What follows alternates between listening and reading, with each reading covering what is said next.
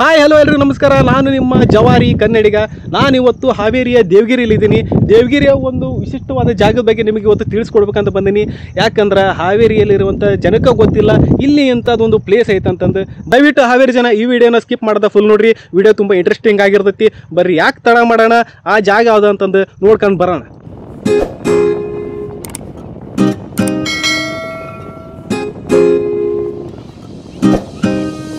Ticket ತೆಗ್ದಿ.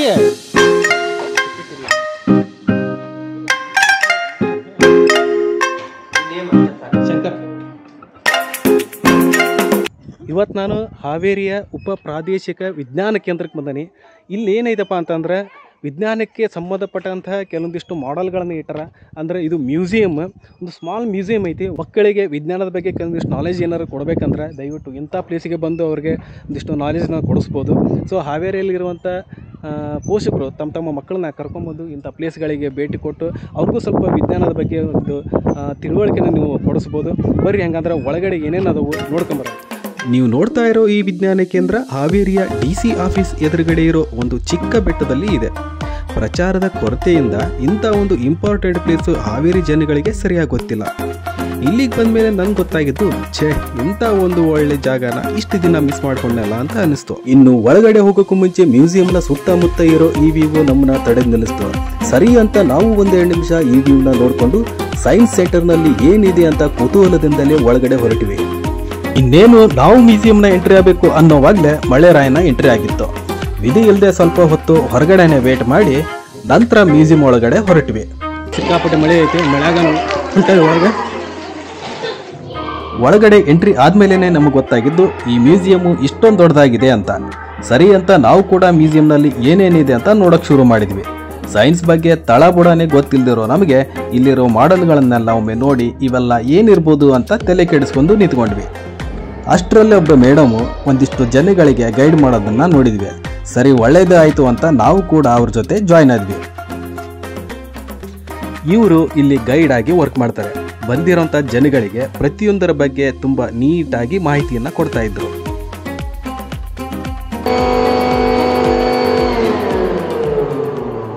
ಬರ್ನಾಲಿಸ್ ತತ್ವ ಅಂತ ಇದನ್ನೇನಂದ್ರೆ ಏರೋಪ್ಲೇನ್ಸ್ ಅಲ್ಲಿ ಯೂಸ್ ಮಾಡ್ತಾರೆ. ಈಗ ಏರೋಪ್ಲೇನ್ ಮೇಲೆ ಹೋಗ್ತಾ ಇರ್ತೈತಿ. ಮೇಲೆ ಹೋಗ್ಬೇಕಾದ್ರೆ ಮೇಲ್ಗಡೆ ಗಾಳಿ ಜಾಸ್ತಿ, ಕೆಳಗಡೆ ಗಾಳಿ ಕಡಿಮೆ ಇರ್ತೈತಿ. ಸೊ ಮೇಲ್ಗಡೆ ಪ್ರೆಷರ್ ಜಾಸ್ತಿ, ಒತ್ತಡ ಜಾಸ್ತಿ ಇರ್ತೈತಿ, ಇಲ್ಲಿ ಕೆಳಗೆ ಒತ್ತಡ ಕಡಿಮೆ ಇರ್ತೈತಿ. ಅವಾಗ ಏರೋಪ್ಲೇನ್ ಕಡಿಮೆ ಒತ್ತಡದಿಂದ ಹೆಚ್ಚಿನ ಒತ್ತಡ ಕಡಿಮೆ ಹೋಗ್ತೈತಿ, low pressure to high pressure. ಹಂಗೆ ಇದ್ದು ಅದನ್ನೇ ಬರ್ನಾಲಿಸ್ ತತ್ವ ಅಂತ ಹೇಳ್ತಾರೆ. ಮೇಲ್ಗಡೆ ನಾವು ಇದಷ್ಟೇ ಅಲ್ಲದೆ ಇಲ್ಲಿ ಸುಮಾರು 40 ರೀತಿಯ ವಿಜ್ಞಾನದ ಮಾದರಿಗಳಿವೆ. ಎಲ್ಲವೂ ಕೂಡ ಗಣಿತ ಮತ್ತು ವಿಜ್ಞಾನಕ್ಕೆ ಸಂಬಂಧಪಟ್ಟಿವೆ. ಇವೆಲ್ಲ ನೋಡ್ತಾ ಇದ್ರೆ ಖಂಡಿತವಾಗಿಯೂ ನೀವು ನಿಮ್ಮ ಶಾಲಾ ದಿನಗಳನ್ನು ನೆನಪು ಮಾಡ್ಕೊತೀರ. ಪುಸ್ತಕದಲ್ಲಿ ಓದಿ ಅರ್ಥ ಮಾಡಿಕೊಳ್ಳೋಕ್ಕಿಂತ ಈ ಥರ ಲೈವ್ ಎಕ್ಸ್ಪೀರಿಯನ್ಸ್ ಮಾಡಿದರೆ ಬೇಗನೆ ಅರ್ಥ ಆಗುತ್ತೆ. ಸೊ ಇದು ಸ್ಟೂಡೆಂಟ್ಗಳ ಕ್ರಿಯೇಟಿವಿಟಿನ ಹೊರಹಾಕೋಕ್ಕೆ ಹೆಲ್ಪ್ ಆಗುತ್ತೆ. ಬೇಕಾದರೆ ನೀವೇ ನೋಡಿ, ಪೈಥಾಗೋರಸ್ ಪ್ರಮೇಯನ ನಾವೆಲ್ಲ ಎಷ್ಟು ಕಷ್ಟಪಟ್ಟು ಕಲ್ತಿದ್ದೀವಿ, ಆದರೆ ಇವರು 2 ನಿಮಿಷದಲ್ಲಿ ಎಷ್ಟು ಈಸಿಯಾಗಿ ತಿಳಿಸ್ಕೊಟ್ರು ಅಂತ. ಟ್ರಯಾಂಗಲ್ ಒಳಗೆ ತ್ರಿಭುಜದೊಳಗಡೆ ಮೇಲಿನ ಬಾಹು ಇನ್ನೆರಡು ಬಾಹುಗಳಿಗೆ ಸಮ ಅಂತಂದು. ಸೊ ಇದು ಮೇಲಿನಲ್ಲಿ ನಾವು ಇಟ್ಟಿದ್ವಿ ಅಂದ್ರೆ ಬಂದು ಸಮವಾಗಿ ತಿಳ್ಕೋಬೇಕು. 10ನೇ ಕ್ಲಾಸ್ನ ಕಲಿತೀರಿ. ನೆಕ್ಸ್ಟ್ ನನಗೆ ಇಲ್ಲಿ ತುಂಬ ಇಷ್ಟ ಆಗಿದ್ದು, ಭೂಮಿ ಸೇರಿದಂತೆ ಬೇರೆ ಬೇರೆ ಗ್ರಹದ ಮೇಲೆ ನಮ್ಮ ತೂಕ ಎಷ್ಟೆಷ್ಟು ಇರುತ್ತೆ ಅನ್ನೋದನ್ನ ಇಲ್ಲಿ ತಿಳ್ಕೊಬಹುದು. ಅದು ಯಾಕೆ ಅಂತ ಮೇಡಮ್ ಅವರು ಎಕ್ಸ್ಪ್ಲೇನ್ ಮಾಡ್ತಾರೆ ನೋಡಿ. ಏನಂದ್ರೆ ನಿಮಗೆ ಒಂದೊಂದು ಗ್ರಹದಾಗ ತೂಕ ಎಷ್ಟೆಷ್ಟು ಅಂತ ತೋರಿಸಿದ್ ನೋಡಿ. ಇಲ್ಲಿ ನೋಡ್ರಿ, ಭೂಮಿ ಮೇಲೆ 23 kg ಇತ್ತು ಅವಳದು. ಚಂದ್ರನ ಮೇಲೆ ಹೋದ್ರೆ 4 kg, ಗುರುಗ್ರಹದ ಮೇಲೆ ಹೋದ್ರೆ 60 kg. ಹಂಗೆ ನೀವು ಒಂದೊಂದು ಗ್ರಹಕ್ಕೆ ಹೋದಾಗೂ ನಿಮ್ದು ತೂಕ ಚೇಂಜ್ ಆಗ್ತೈತಿ. ಗುರುತ್ವಾಕರ್ಷಣ ಬಲ, ಗ್ರಾವಿಟಿ ಅಂತ ಹೇಳ್ತಾರೆ. ಹಾಗೆ ಚಂದ್ರನ ಮೇಲೆ ಹೋದಾಗ ಗ್ರಾವಿಟಿ ಕಡಿಮೆ ಆಗ್ತೈತಿ, ಅದಕ್ಕೆ ನಮ್ಮದು ತೂಕ ಕಡಿಮೆ ಆಗ್ತೈತಿ. ಈಗ ನೀವು ಲಿಫ್ಟ್ ಸರಿ, ನಾವು ಕೂಡ ಬೇರೆ ಗ್ರಹಕ್ಕಂತೂ ಹೋಗೋಕ್ಕಾಗಲ್ಲ, ಇಲ್ಲೇ ಎಕ್ಸ್ಪೀರಿಯನ್ಸ್ ಮಾಡೋಣ ಅಂತ ನಮ್ಮ ತೂಕನೂ ಚೆಕ್ ಮಾಡಿದ್ವಿ. ಹಾಗೆ ಇಲ್ಲಿರುವಂಥ ರೈಲಿನ ಚಕ್ರದ ವಿನ್ಯಾಸದ ಬಗ್ಗೆ, ವಿವಿಧ ರೀತಿಯ ಅಯಸ್ಕಾಂತಗಳ ಬಗ್ಗೆ ಹಾಗೂ ನೀರಿನ ಸಾಂದ್ರತೆಯ ಬಗ್ಗೆ ಇನ್ನೂ ಹಲವು ಕುತೂಹಲ ಹುಟ್ಟಿಸುವ ವಿಜ್ಞಾನದ ಮಾದರಿಗಳನ್ನು ನೋಡಿ ನೀವು ಕೂಡ ಎಕ್ಸ್ಪೀರಿಯನ್ಸ್ ಮಾಡಬಹುದು. ಇದಾದ ನಂತರ ನೆಕ್ಸ್ಟ್ ನಾವು ಹೊರಟಿದ್ದು ವಿಪತ್ತು ನಿರ್ವಹಣಾ ಗ್ಯಾಲರಿಗೆ. ಇಲ್ಲಿ ನಿಮಗೆ ನೈಸರ್ಗಿಕ ವಿಕೋಪಗಳ ಬಗ್ಗೆ ಮಾಹಿತಿಯನ್ನು ನೀಡಲಾಗುತ್ತೆ. ಉದಾಹರಣೆಗೆ ಭೂಕಂಪ, ಜ್ವಾಲಾಮುಖಿ, ಸುನಾಮಿ, ನೆರೆ, ಕಾಡ್ಗಿಚ್ಚು, ಭೂಕುಸಿತ, ಪ್ರವಾಹ ಸೇರಿದಂತೆ ಪ್ರಕೃತಿಯ ವಿವಿಧ ವಿಪತ್ತುಗಳ ಬಗ್ಗೆ ತುಂಬ ನೀಟಾಗಿ ತಿಳಿಸಿಕೊಡ್ತಾರೆ. ಜೊತೆಗೆ ಅವುಗಳು ಹೇಗೆ ಸಂಭವಿಸುತ್ತವೆ ಎಂಬ ಬಗ್ಗೆ ಸುಮಾರು 5 ರೀತಿಯ ಪ್ರಾಯೋಗಿಕ ಮಾದರಿಗಳನ್ನು ನಿರ್ಮಿಸಿದ್ದಾರೆ. ಅದಲ್ಲದೆ ಪ್ರಕೃತಿ ವಿಕೋಪಗಳಾದಾಗ ಕೈಗೊಳ್ಳಬೇಕಾದ ಮುಂಜಾಗ್ರತಾ ಕ್ರಮ, ವಿಪತ್ತಿನಲ್ಲಿ ಸಿಲುಕಿದರ ರಕ್ಷಣೆ ಮಾಡುವ ವಿಧಾನದ ಬಗ್ಗೆ ಅರಿವನ್ನು ಮೂಡಿಸಲಾಗುತ್ತದೆ. ಫಾರೆಸ್ಟ್ ಐತಿ, ದೊಡ್ಡ ಫಾರೆಸ್ಟ್ ಪೂರ್ತಿ ಅದು ಅರ್ಧಕ್ಕರ್ಧ ನಾಶ ಆಗಿರ್ತದೆ. ಹೆಂಗೆ ಅವು ಬೆಂಕಿ ಹತ್ಕೊಂತಾವಂದ್ರೆ ಈಗ 2 ಮರ ಒಂದಕ್ಕೊಂದು ಡಿಕ್ಕಿ ಹೊಡಿತವೆ. ಡಿಕ್ಕಿ ಹೊಡೆದಾಗ ಏನಾಕತಿ, ಬೆಂಕಿ ಹತ್ತಿ ಒಂದಕ್ಕೊಂದು ಸ್ಪ್ರೆಡ್ ಹಾಕೋದು ಆಕತಿ ನೋಡಿ. ಆ ಥರ ನೀರನ್ನೆಲ್ಲ ಕುಡಿಬಾರ್ದು ಅಂತ ಕೊಟ್ಟಾರಲ್ಲಿ. ಈಗ ಪ್ರವಾಹ ಆದ ತಕ್ಷಣ ಅದೇ ನೀರನ್ನು ಕುಡಿಬಾರ್ದು, ನಾವು ಪ್ಯೂರಿಫೈ ಮಾಡಿರಬೇಕು, ಶುದ್ಧ ಮಾಡಿ ಕುಡಿಬೇಕು. ಹಂಗೇನಾದರೂ ನಾವು ಯೂಸ್ ಮಾಡಿದ್ರೆ ನೋಡಿ ಚರ್ಮದ ಕಾಯಿಲೆಗಳು ಬರ್ತಾವೆ, ಫಂಗಲ್ ಇನ್ಫೆಕ್ಷನ್, ಆಮೇಲೆ ಕಾಲರ, ಟೈಫಾಯ್ಡ್ ಅನ್ನೋ ರೋಗ ಎಲ್ಲ ಬರ್ತಾವೆ. ಅದಕ್ಕೆ ಶುದ್ಧ ಎಲ್ಲೂ ತೂರಾಟ ಮಾಡೋದು, ಎಲ್ಲೆಲ್ಲೋ ಬೆಂಕಿ ಹಚ್ಚೋದೆಲ್ಲ ಮಾಡ್ತಾರೆ. ಅವಾಗ ನಮ್ಮ ಪ್ರಕೃತಿಯೆಲ್ಲ ನಾಶ ಆಗೋಗ್ತೈತಿ. ಹಂಗೆ ನಾಶ ಆಗಬಾರ್ದು ಅಂದಾಗ ಈ ಥರ ಪೊಲೀಸ್ ಫೋರ್ಸ್ ಎಲ್ಲ ಬರ್ತಾರೆ ನೋಡ್ರಿ, ಕಾಪಾಡಕ್ಕೆ ಕರ್ಕೊಂಡು ಅದನ್ನು ತೋರಿಸ್ಯಾರ. ಇಲ್ಲೆಲ್ಲ ನೋಡ್ರಿ. ಇದಾದ್ಮೇಲೆ ನಾವು ಹೊರಟಿದ್ದು ಇಲ್ಲಿಯ ಪ್ರಮುಖ ಆಕರ್ಷಣೆಯಾದ ತಾರಾಲಯ ಕಡೆಗೆ. ಹೌದು, ಹಿಂದೆ ನಾವು ತಾರಾಲಯ ನೋಡಬೇಕು ಅಂದರೆ ಧಾರವಾಡ ಅಥವಾ ಬೆಂಗಳೂರಲ್ಲಿ ಹೋಗಬೇಕಾಯಿತು. ಆದರೆ ಇವಾಗ ಈ ಮ್ಯೂಸಿಯಂನಲ್ಲಿ 3D ತಾರಾಲಯವನ್ನು ಕೂಡ ನಿರ್ಮಿಸಿದ್ದಾರೆ. ಇಲ್ಲಿ ನಿಮಗೆ ಗ್ರಹಗಳು, ಉಪಗ್ರಹಗಳು, ನಕ್ಷತ್ರಗಳು, ಧೂಮಕೇತುಗಳು, ಗ್ಯಾಲಕ್ಸಿಗಳು ಸೇರಿದಂತೆ ವಿವಿಧ ಆಕಾಶಕಾಯಗಳ ಬಗ್ಗೆ ನೈಜ ಅನುಭವ ಸಿಗೋದಂತೂ ಗ್ಯಾರಂಟಿ. ಬನ್ನಿ ಅದರ ಅನುಭವ ಹೇಗಿರುತ್ತೆ ಅಂತ ತೋರಿಸ್ತೀನಿ. And has determined my whole career.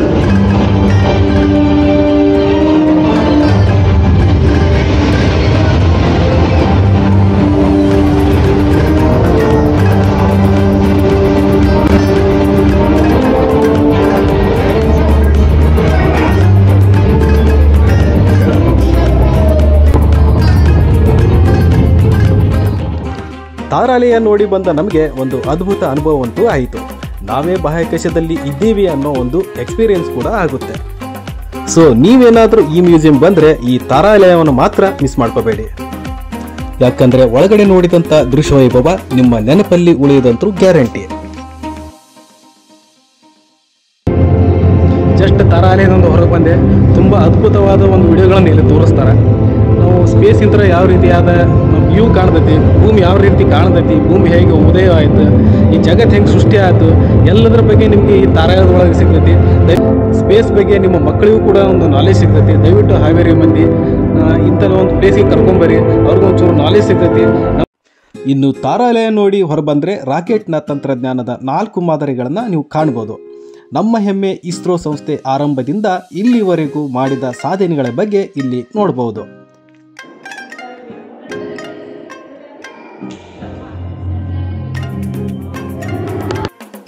ಹಾಗೆ ರಾಕೆಟ್ನಲ್ಲಿ ಉಪಯೋಗಿಸುವ ಕಂಟ್ರೋಲರ್ಗಳು ಮತ್ತು ರಾಕೆಟನ್ನು ಹೇಗೆ ಕಾರ್ಯನಿರ್ವಹಿಸುತ್ತಾರೆ ಎನ್ನುವುದರ ಬಗ್ಗೆ ಇಲ್ಲಿ ಸಂಕ್ಷಿಪ್ತ ವಿವರವನ್ನು ಕೂಡ ನೀಡಿದ್ದಾರೆ.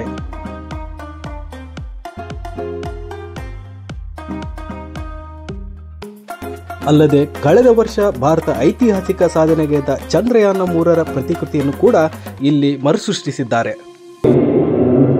ಇಲ್ಲಿ ಸ್ಯಾಟಲೈಟ್ ಎಲ್ಲದರ ಮಾದರಿ ಇಲ್ಲೇ ಇದೆ.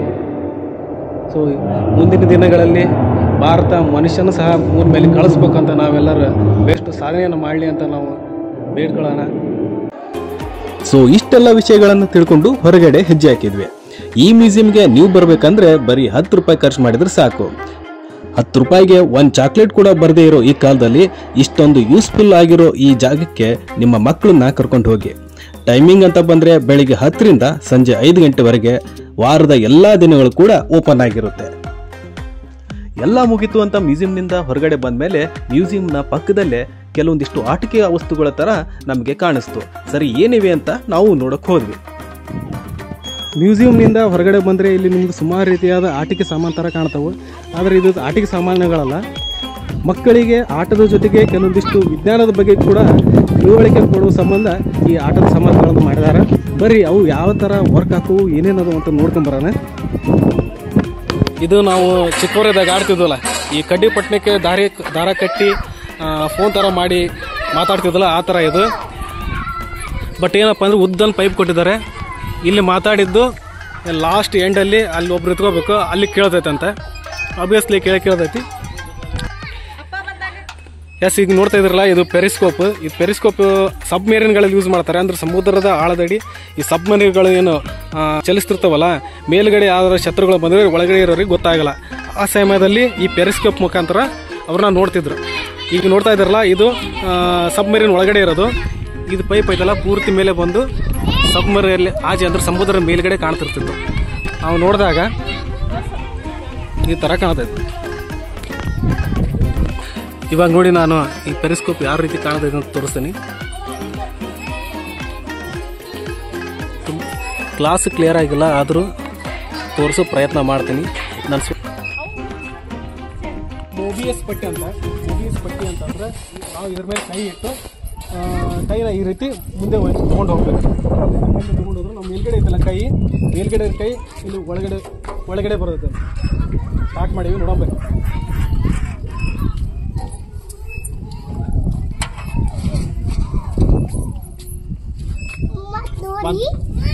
ಅಂತ ಇದ್ರ ಮೇಲೆ ನಾವು ಕುತ್ಕೊಂಡು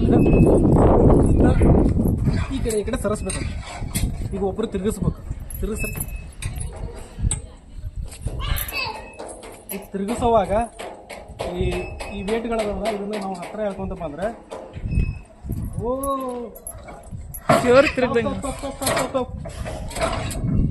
ಏನ್ ಅನುಭವ ಆತಪ್ಪ ಅಂತಂದ್ರೆ, ಇವು ಎರಡು ವೇಟ್ಗಳು ದೂರ ಇದ್ದಾಗ ನಾವು ಸ್ಲೋ ತಿರುಗ್ತಾ ಇರ್ತೇವೆ. ನಾವು ಹತ್ರ ಹೇಳ್ಕೊಂತ ನಮ್ಮ ಕಡೆ ಹತ್ರ ಹೇಳ್ಕೊಂತ ಬಂದ್ರೆ ಫಾಸ್ಟ್ ಆಗಿ ತಿರುಗಿ ಸ್ಟಾರ್ಟ್ ಮಾಡ್ತೇವೆ. ಇದು ಅದಕ್ಕೆ ಆಂಗ್ಯುಲರ್ ಮೊಮೆಂಟಮ್ ಅಂತ. ಇದು ನ್ಯೂಟನ್ ಬಣ್ಣದ ಚಕ್ರ.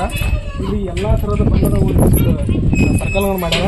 ಇದನ್ನ ಎಲ್ಲ ಬಿಳಿ ಬಣ್ಣ ಒಂದಿಲ್ಲ ಇದ್ರ ಒಳಗಡೆ, ಹೌದಾ? ಇದು ತಿರುಗಿಸಿದಾಗ ಎಲ್ಲ ಬಣ್ಣಗಳು ಮಿಕ್ಸ್ ಆಗಿ ಬಿಳಿ ಬಣ್ಣ ಬರುತ್ತೆ ಅಂತ ಹೇಳ್ಯಾರ. ಸೊ ತಿರುಗಿಸಿ ನೋಡೋಣ ಬರ್ರಿ.